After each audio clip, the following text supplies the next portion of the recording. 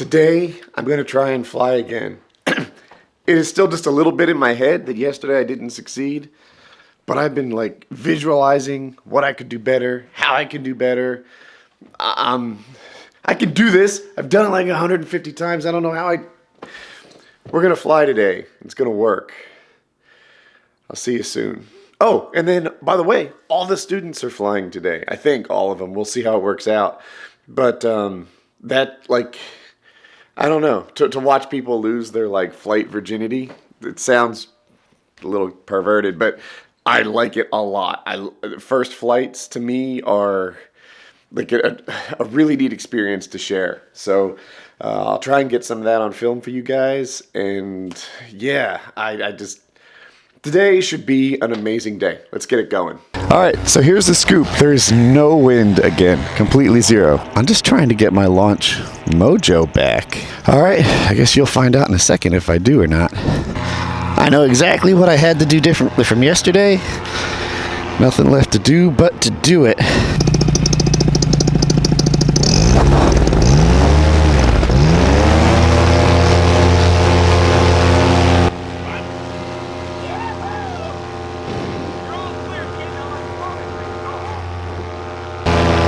As far as launches go, I give that about a B. I think I did a good job with the wing, but I could have done a much better job with the throttle, which usually I do pretty well with. But I did get up, so maybe a B.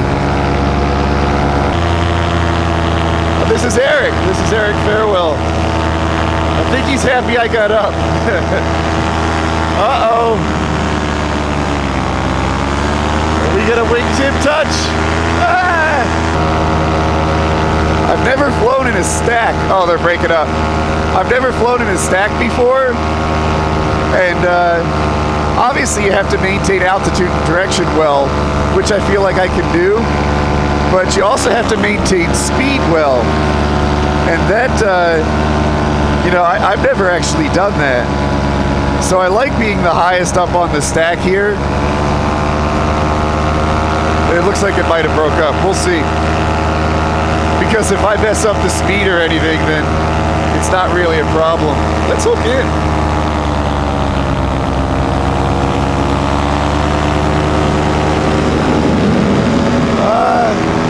Altitude Woody.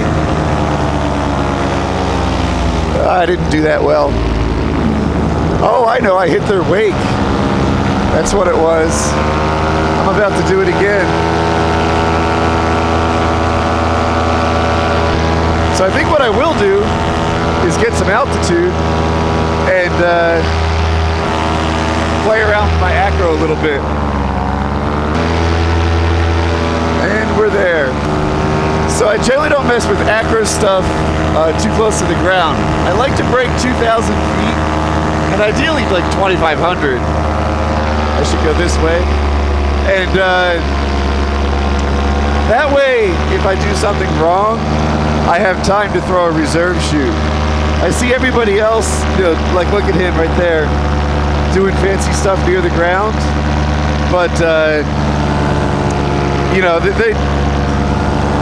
one, they probably just have a higher risk profile. And two, they have more experience where, what they're doing isn't risky for them. But anyway, let's try an asymmetric spiral to the left. So I'm going to pull a little bit of right brake, get the swing going, and I'm going to pull a little left brake, tip it down, let it go, tip it lower, let it go, and pretty much it's just a spiral that I'm always messing with. I'm pulling a lot of G's by my standards, but it's not locking out or anything, so I'm just sort of messing with it. I do see I'm getting near other pilots, so I'm going to stop here. And good exit, Woody. No surge, really. All right. So, on the scale of cool stuff, I'm not the coolest.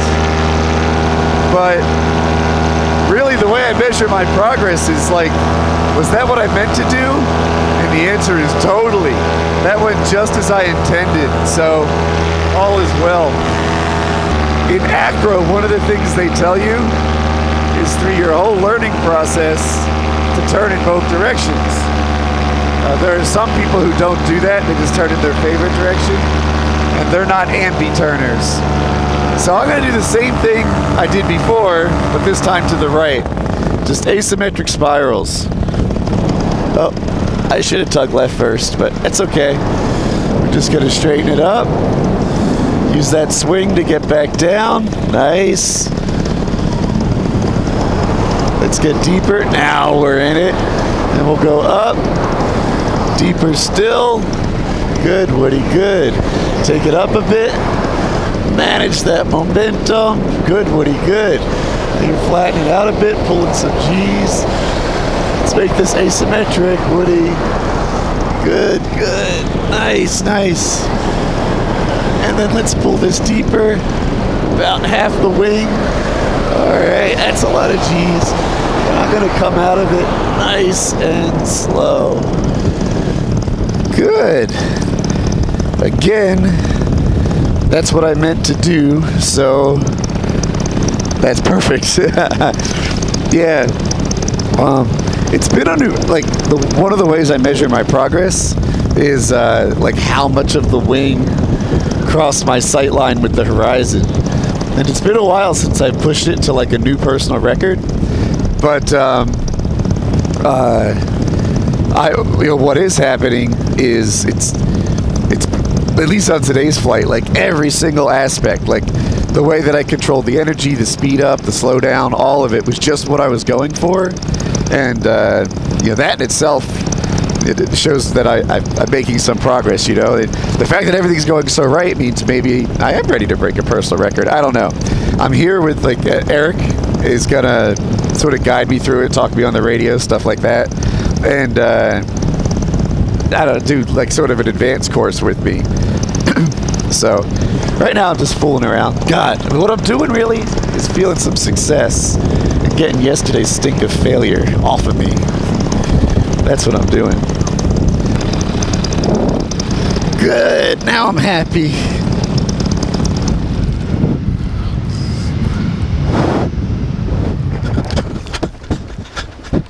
What do you say? I guess all my progress thus far has been forward. I feel like I took a step backwards. And maybe this is the hiccup before my next major progression forward. Let's say that. Awesome flight this morning. Got up first try. Spirals, acro stuff, everything went great. If you look at that windsock, actually I'm gonna zoom in, hold on. Ron brought a really great windsock, this guy right here, and it does a good job of picking up next to no wind. You can see there's not a lot of wind to help the students get off the ground. So what they've done is they've taken, you guys can't see him, we keep calling him Golden Boy. Everyone knew he'd do well from the start because he's really athletic. And he's launching first. He'll have probably the toughest launch because there's no wind to help him. And this time we'll have a little more than before. It's going to pick up. So it looks like any second now, I'll get closer.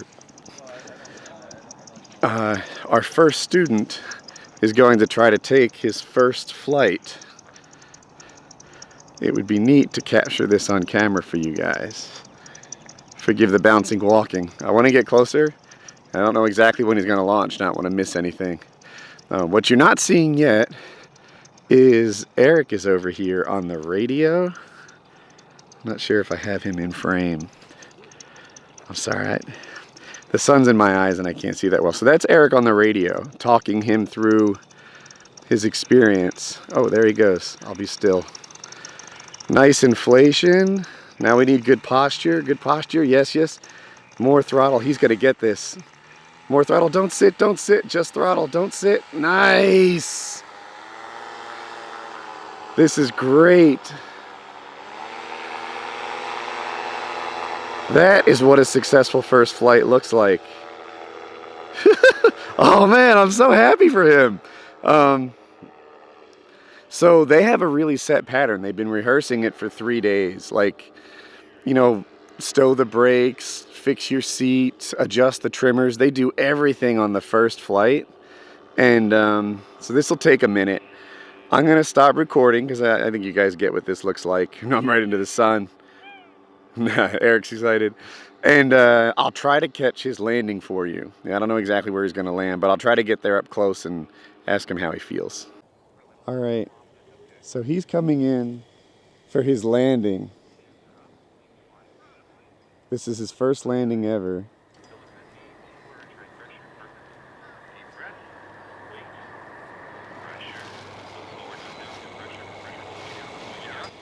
Oh, that was great. Look at that, he turned around and kited it down nice. All right. Awesome. Nice flying, bro. How you feeling? Fucking awesome. That's awesome. It was good. Thank you, man. Thank you. It's the best feeling ever, isn't it? It is. Holy shit. You're gonna land long right next to me. Good job, bro. How was that? It was awesome. Coolest thing ever. Congrats, my friend. Very nice. Proud of you. All right, so every student but one flew today, and then they called it because of weather. So all the students are ready, but you know, weather, the wind is gradually rising, and they decided it wasn't right. Every single student launched and landed successfully, 100%. Like, that is baffling for me. Pretty neat. Every single student was successful, so I think the sun might be, I should have been this way. Anyway, we're gonna, I imagine what we're gonna do is debrief and look at film like we did for the toes, but I just didn't expect that, and he says it's normal. Anyway, oh, and I had a great flight. Bid number 1. Yeah, that was awesome. I didn't sleep too well last night. I was nervous, but you know, when I got clipped in, I was looking at you. You know, I just kind of just shut my brain off and said, "Eric's my lifeline. You know, he's gonna tell me what to do. He kills me. It's his fault." You know? I appreciate the trust, though. That's great. Refer you back to the waivers. Obviously, your launches are both a little bit funky. Was there a moment in your head where you felt like things were happening too fast? On the second launch, yes, when the kite went right on me, and you know, I thought you were gonna yell stop. I was just about to hit stop on my own, but I didn't. You know, and Nice job recovering from it. That's the thing. Is like, I like the second launch way better than the first. Really? The first launch, you were kind of jumping in the seat repeatedly. We'll watch on the video. We'll go over why. We'll try to see what was in your head. okay. And what's really nice about the conditions we had today is this higher wind means that you're running very slowly.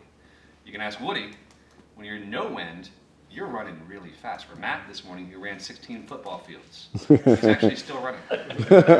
You know, these things happen. So when you're having to run that fast and make those decisions, it makes it more difficult. So it's good that we have those situations now. We'll go through those together. But you got some nice air, though. You were flying great. Thanks. Good landings, too. Yeah. Yeah, Well, not good, but I didn't fall.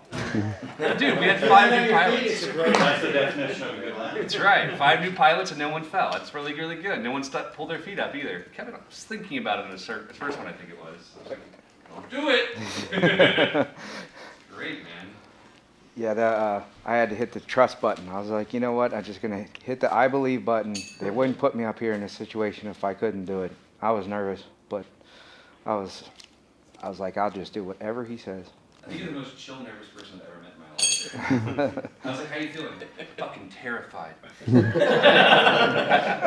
do you need anything I can do for you? No, man, I'm good. You getting flipped in. I was like, how you doing now? Still scared. Okay. You wouldn't know it if he didn't tell you, though. He's just like, So I was scared, but I wouldn't tell you. I was just flying. if you're not scared, you're not breathing, man. It's all part of it. All part of it. No, I gotta say, like, best launches of the day, both of your launches. Best launches of the day. You're the only guy who went full power and stayed at full power aside from Steven. I want to throw something at these two kids. Do we need to split you two up? Gosh, They're man. talking heart rate monitor, I think. We need to get that because everybody's like, Oh, I know. No, it's actually funny. I've warned them and then looked back at first flights when someone makes a mistake and my heart rate is like 190, 195. You can tell from Travis's. There were a few On both mistakes in devices there. are going up at the same time. Really, that's so funny. That's awesome. Fuel off at low RPM. That's what low means. So if you're at low and it's screwed all the way in, it's not going to run. If it's way too rich, it's going to bog and bog and bog, and it probably won't run either. So, and then in the quick start guide, factory settings on low is about 1 to 1 hour and 15 minutes. And when I say that, if you look. So I didn't capture it, but after we talked about it, the little section, the jam session you saw, we looked at the tape, and they sat there and they, like, frame by frame, talked about what people were doing well, what people were doing wrong, and it was pretty neat because you could really see, like, any problem there was with the wing was typically associated with the pilot input. Now, what we're doing here is ground school. In particular, we're learning how to maintain paramotors. And before it kicked off, John had this amazing line. It's still burned into my head. John was a Marine, the bigger guy with the beard. And he said that, when he was in the Marines, everybody is a rifleman, right? Every Marine is a rifleman. It doesn't matter if you're a cook or infantry or a tank operator. Every Marine is also a rifleman. Well, every paramotor pilot is a mechanic. You got to be. You have to know something about engine maintenance. So as part of the course here on how to fly, is included how to maintain your paramotor. And of course it covers things like pre-flight and such, but it also, like, hey, the weather changes. Sometimes you have to adjust your carb. It's part of having a carburetor. And they passed around all the parts in the motor. And I look, I've had this paramotor for 6 months now, something like that. And I still learned from it. So cool course. This is Kyle doing the teaching.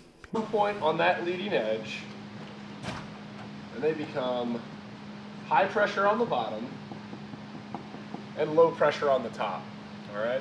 This point that they separate on that leading edge of the airfoil is called the stagnation point. We're gonna come back to that almost at the very end of this class, all right? So just keep that in mind. So this relative air separates, it creates a pressure difference that we know as lift, because we have higher pressure air here on the bottom, we have slower moving air, all right? We have faster moving air over the top, and that pressure difference creates what we know as lift. Okay, so far we know that's half of the story, right? What's the other half of the story? Angle of attack. We have to direct that air downwards, right? Which we're almost already doing with the top surface of that wing. We have to change our angle of attack and increase it also to create lift as well, okay? So who knows what a chord is? What's the chord? A line through a circle that's not on the center.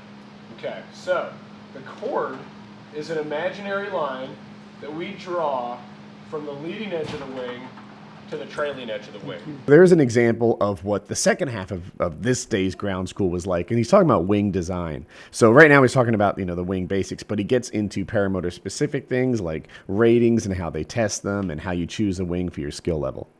Are in the front, how much further forward it's moving that center of pressure just by applying the speed bar. All right, I'll pull these trims all the way in just to exaggerate it. See, it's barely even moving these trailing suspension lines right there. All right, so that's the speed bar. So that's the end of my footage, sorry, but I think I'm just going to talk a little bit from here while you freeze frame on the little model that they have. Before I got into YouTube and paramotors and all that fun stuff, I worked in software. I worked for Cisco. It's this Fortune 500 company, and my title was Senior Software Architect, which is basically a programmer who's been promoted a couple times. Anyway, one of my philosophies in designing software was iterative refinement, right? So you release something, it doesn't have to be perfect, just get it released, get something done, get a product that's out there, don't sit spinning your wheels forever. Look at what people think of it and then refine it. Each iteration has more and more refinement. And I can see like all the traces of that in this school. I think my class was the one that made them break 300 students. So they've had over 300 students at this point. And you can see it in the PowerPoints. You can see it in their models. You can see it in their equipment, that each time they do this post-class debrief and say, here's what I can do better. Here's a thing that, maybe the kids didn't, the students, that we weren't really kids, the students didn't pick up. And each time they would just do these iterations where the class was getting better and better and better. So I thought that was kind of cool. We didn't talk about this, but I can see it. I recognize the evidence of instructors that look at this thing and say, yeah, here's an area where we could have done better, and then for the next class they do better. It shows up in the equipment. Oh my gosh, they had they had tiny little wings to kite for when it was very windy. They had bigger wings to kite when it was less windy. They had wings, of course, for every student and equipment for everybody. And I can just see that at some point, like they would just recognize, like, oh, we're losing valuable time because of weather. We need equipment for different weather conditions, and we need models for teaching this and that. We need better gear. I'm just impressed with the amount of like reinvestment of both, time and money that they put into their school. So, yeah, I feel it's hard for me internally to say positive things because I worry I sound like a salesman, but dude, look at this model, the evidence is there. They reinvest their time and money into equipment and models to make themselves train well. So anyway, I'm glad that they had me come through for a second round of training. I learned from it. Yeah, multi-million-dollar deals, got $1 million deal. When I was younger, I would wonder how $1 million feel. And for real, it feel like I ain't even broke a seal. Cause when you drop hits, they want you to pick up the bill. Now my life is in Maryland, my heart is in Chicago. New York State